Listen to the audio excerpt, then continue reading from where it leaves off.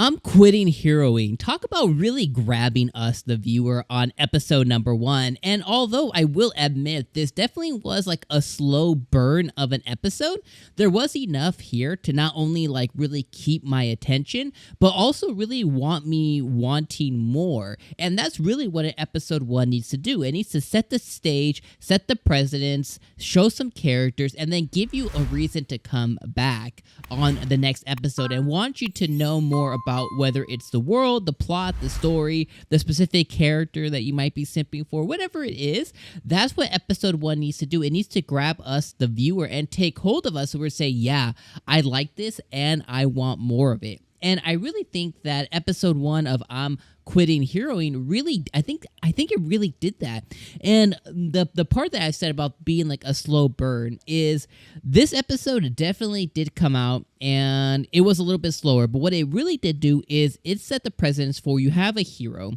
And the hero essentially took on the Demon Lord's army. He had a party. He did the whole entire hero routine. And during that hero routine, he was able to overcome and defeat the Demon Lord. But by doing that, he made himself an enemy of state, essentially. Because he was so powerful, because he eliminated everybody, the people, instead of embracing him and taking him in and saying, you know, thank you, and etc., making him a hero, putting him on a pedestal, and giving him riches and everything else that you would imagine would come after being the hero and defeating the demon's army. Instead of that, they are scared of him, they fear him, and they make him the new monster, essentially, or like the new fear to replace the Demon Lord or the Demon Queen, whatever it was. You know, you had the Demon Queen who was the one he defeated. So he replaces the Demon Queen in the fear of the people's minds, which is crazy to think. But, you know, you can see that happening in a real world, to where somebody does this, but because they're so powerful and they show off their power, and they really like they flex their you know what they're able to do, their abilities, that people become scared of that, and they become back offish, and so much so that they were like preaching and basically telling the king like, this guy needs to go. And the king, instead of saying, oh hey, you saved my ass, hero, he banishes this hero, and then he asks him basically to not retaliate. So he summons the hero, says I have to banish him.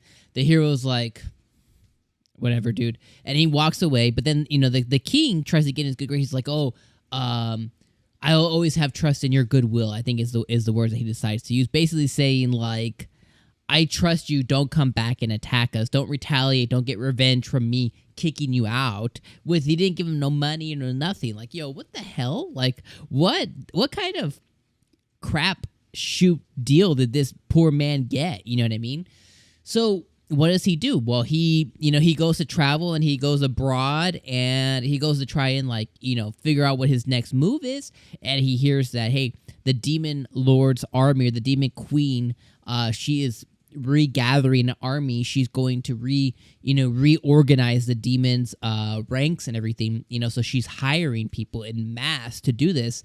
So he was like, okay, here's my chance. So our boy goes and he works on a presentation. This man puts together a PowerPoint for how the hero can help you. And he, like, here's how I can raise your ranks and bolster this, etc., etc., etc. And I was like, yo, this dude really put together a deck. He put together a PowerPoint deck. I was like, yo, what a man.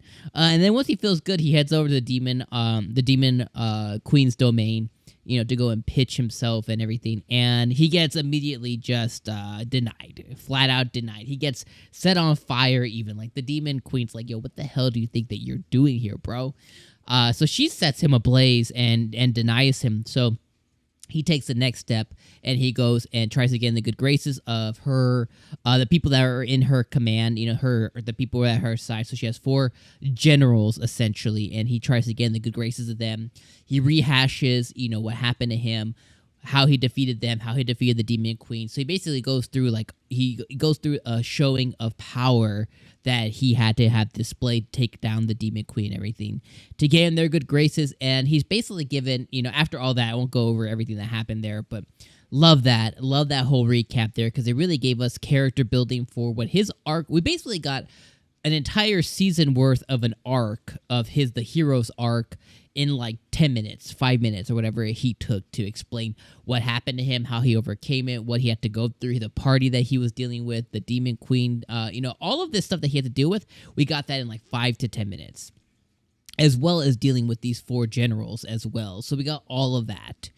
So we got all the character building for each of the different generals, all the succubus mage girl that he embarrassed, the dragon newt dude, the dude who's assassin, and then the fox girl who I guess she had amnesia, so he helped her back to life, and now she's in love with him, whatever. So we got all of that backstory, right? So that, good. That was all great.